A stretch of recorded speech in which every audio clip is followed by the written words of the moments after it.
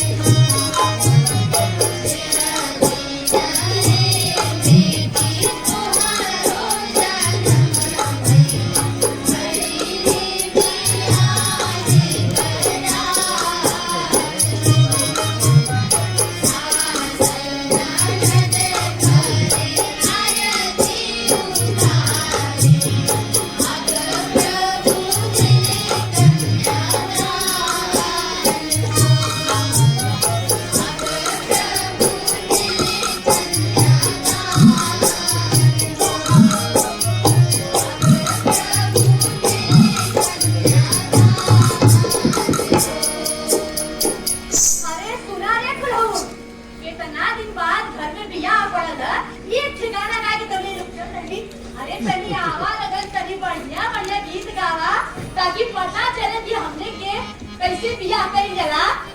आवा ये खाना खा के चल गई तू है यानी बढ़िया पर गावा लोगे चीटी का गढ़ा में गुस्सा लगावे देवार हारे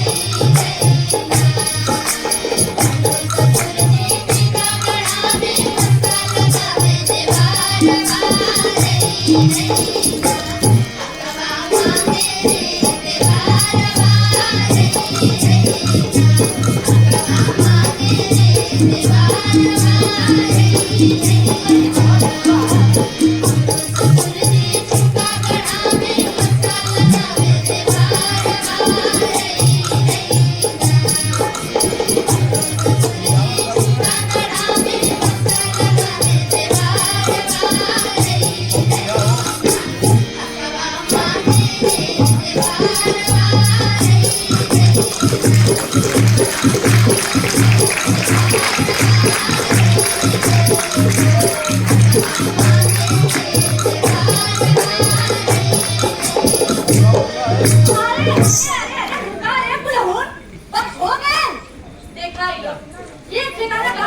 यही तेरे होला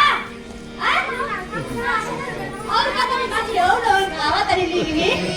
नैया में काका बाहर बा बोले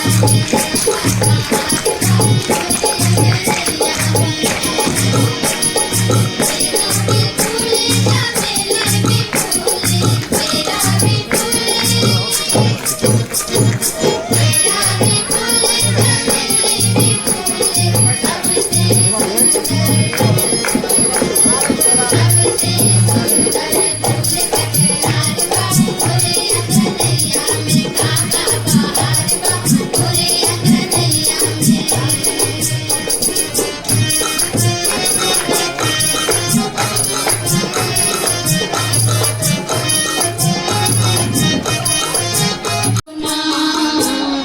हरी हरी बाबा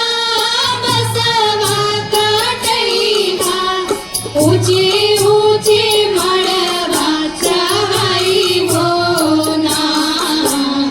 तेरी भीतर बाबा बसवा धरैया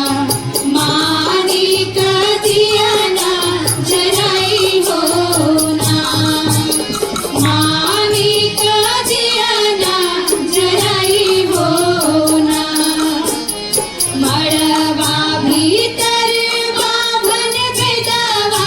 उजरी है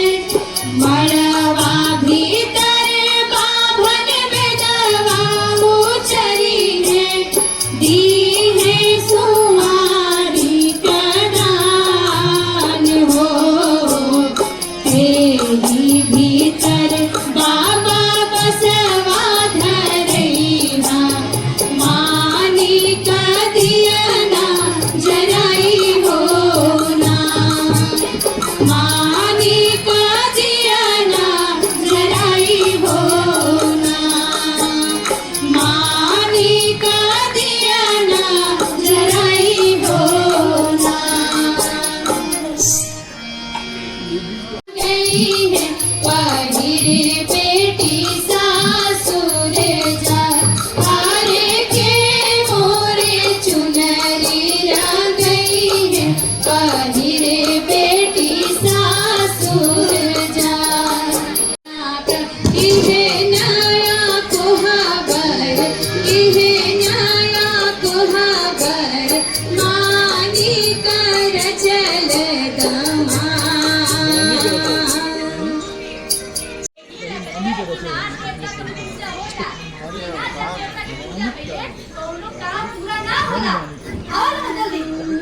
जगती पर से बेटी सुहाग मंगनी जगती पर से बेटी सुहाग मंगनी जगती पर से बेटी सुहाग मंगनी हो सुहाग मंगनी जगती पर से बेटी सुहाग मंगनी जगती पर से बेटी सुहाग मंगनी जगती पर से बेटी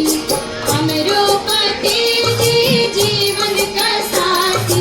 हमरो पति जी हमरो पति जी जीवन का साथी जगती पर से बेटी सुहाग मंगनी जगती पर से बेटी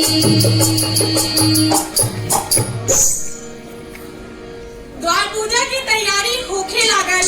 मंडप की तैयारी में जवन कोर कसर रह गई ओके पूरा कइल गई कहो अब है तोहार पूर्ण रकम भइल कि ना के अभी और कुछ बाकी बा ना जी हमार फूल खत्म हो गई है बस बारात आवे कटेरी है अच्छा अच्छा अरे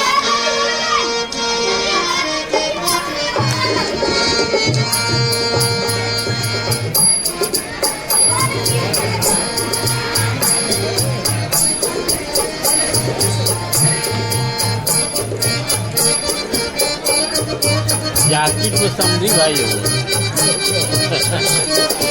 सदर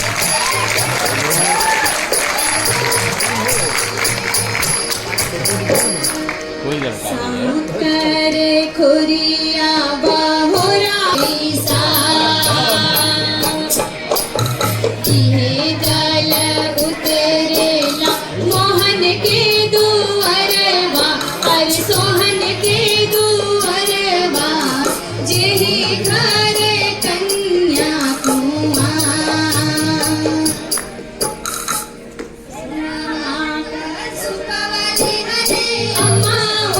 पर ठाड़े जी सोनामा का सुपवाले हले अमावन कर ठाड़े जी सिरवा झुकावा बाबू पर चीली लर जी सिरवा झुकावा बाबू पर चीली लर जी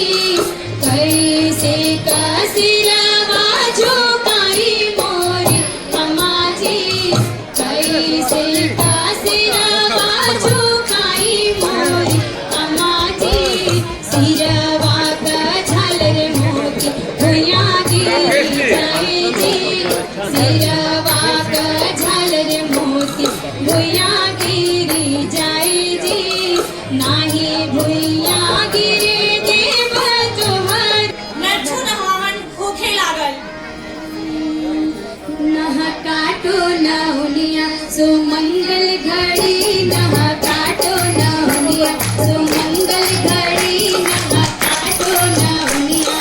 मंगल घड़ी नह काटो नौनिया आके आँख दिसे दुल्हा पे देखी के जियारा जुड़े रे सखी मड़वा में मोर दुल्हा अइले रे सखी मड़वा में मोर दुल्हा अइले रे सखी मड़वा में मोर दुल्हा अइले रे सखी बात धराए बेटी धीरे धीरे पगडारा रे बेटी मड़वे में बैठल सब लोग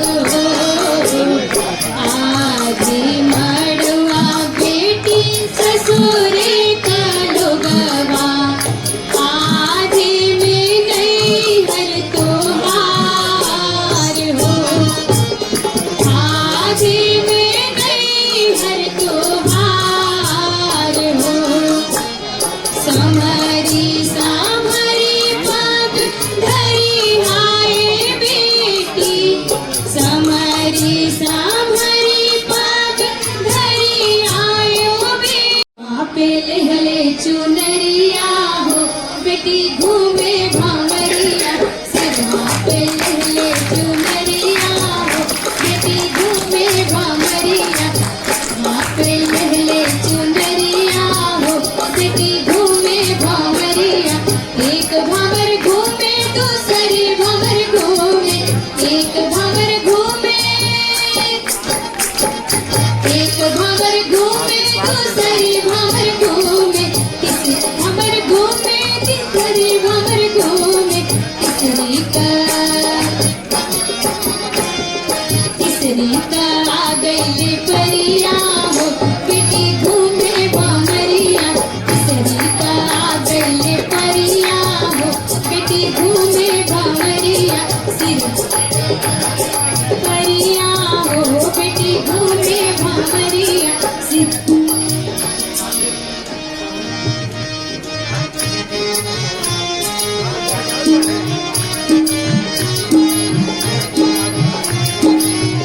चौथी पचवी छठवी भी घूमे चौथी पचवी चौथी पचवी छठवी भी घूमे सतवीं का आ गई परिया हो बेटी घूमे भांवरिया सतवीं का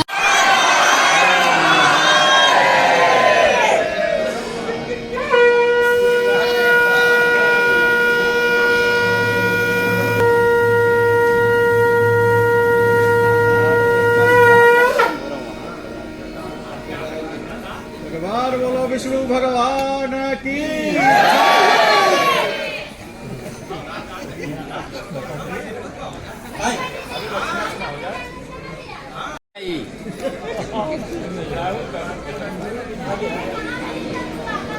साम के माथे पर मोरू सोहे राम के माथे पे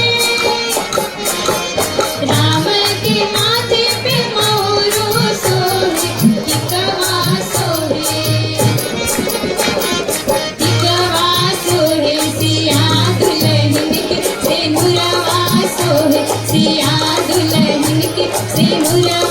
सोहे दुल्हन को दुवरिया हो दशरथ के ललनवा डाकना देबो दुवरिया हो दशरथ के ललनवा दशरथ गोरी कौशल्या गोद राजा दशरथ गोर राजा दशरथ गोरी कौशल्या काहे के सांवर बदनिया हो दशरथ की ललनवा डाकना देबो दुवरिया हो दशरथ की ललनवा डाकना देबो दुवरिया हो दशरथ की ललनवा अरे हटा रे कुलहून रात भर लइका मारा में बैठल बैठल थक गइल है और तो लोगन जो है कि नोटंकी हटा कुलहून हटा जा दम से लोग सवेर हो गई, दूसरे दिन हो गई। घर के पुरुष लोग मरवा ठीक ठाक कइले। कलावा जल जलपान भइले के बाद लइका के बुलावे खातिर नाऊ जनवासा गइले। इहे कहे कि चली रहुआ खिचड़ी खाए। पूरी तैयारी के साथ मंडप में दुल्हा खिचड़ी खाए आ ही गइले।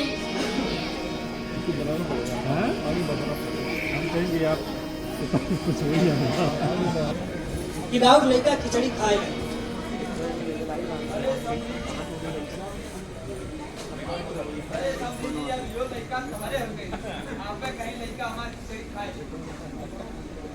बेटा शुरू कर दशरथ जी के राज दुलारी करी रोरे भोजनिया दशरथ जी के राज दुलारी करी रोरे भोजनिया धन्य अवधपुर धन्य राजा दशरथ धन्य अवधपुर आज दुलारी करी रोरे भोजनिया खिचड़ी खइले के बाद लइका मरवा से चली गई। एकरे बाद अजर धराई मर्द थकावन खइले के बाद समधी के बुलावल गई भात खाए खातिर। अरे मड़वा उड़वा नहीं नहीं है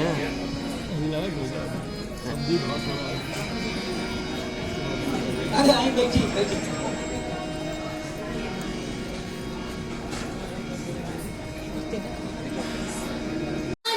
धरी समधी पूत सपूत पूत सपूत हमारी सुपुत्री का ज्ञान धरी समधी रे अमीरी रे अमीरी हमारे घर बिया का ध्यान धरी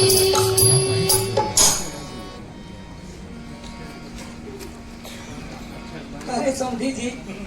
यही लगले मारो हिलाओ की रस्म भी अगर हो जा बड़ी कृपा रहा ठीक बात कहा नहीं समझे जी आई सब जनी मारा हिला इतने जतन से बाबा मड़वा छवाई जी इतने जतन से बाबा मड़वा छवाई जी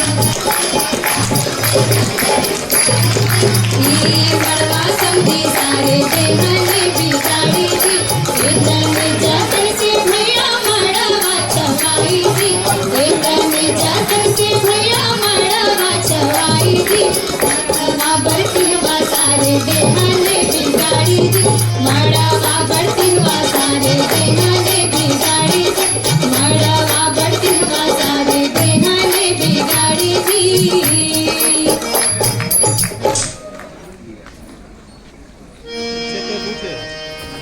विदाई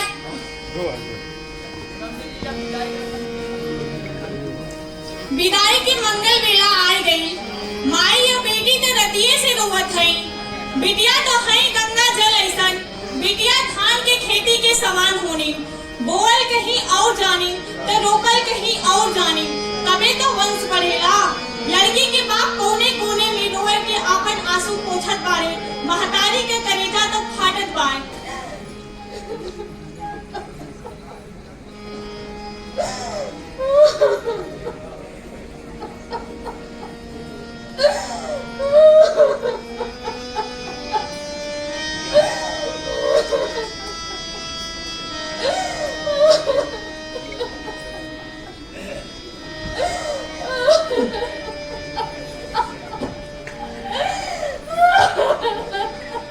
जा बेटी, यही दिन बजे तो के पाल पोस के बड़ा कैले रही, हमार मान सम्मान रखिया और अपन ध्यान रखिया। खुश रहो।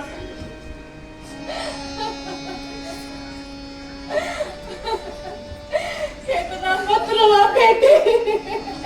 क्या बात करे ना मार जा।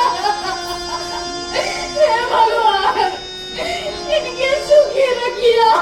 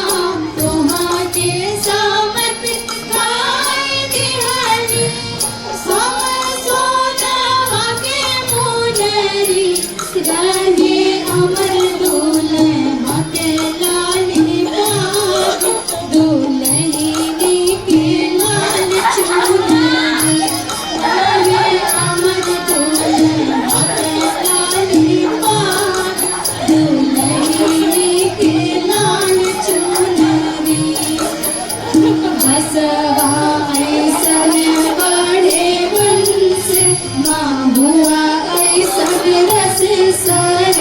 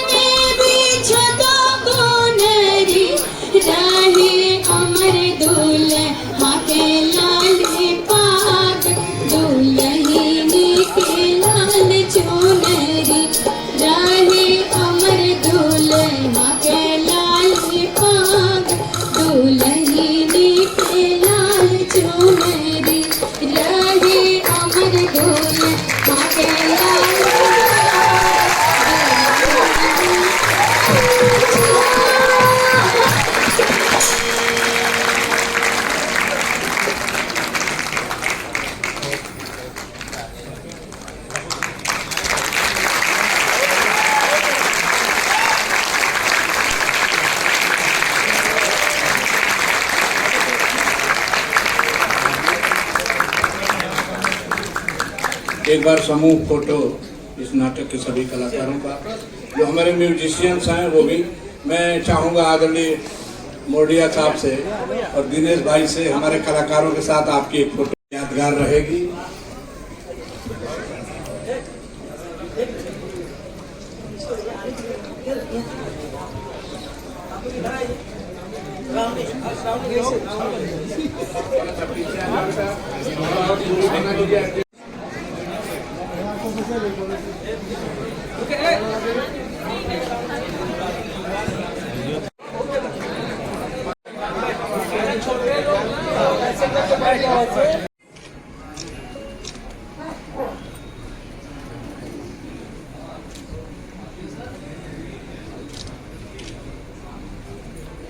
इस ग्रुप फोटो के बाद हमारे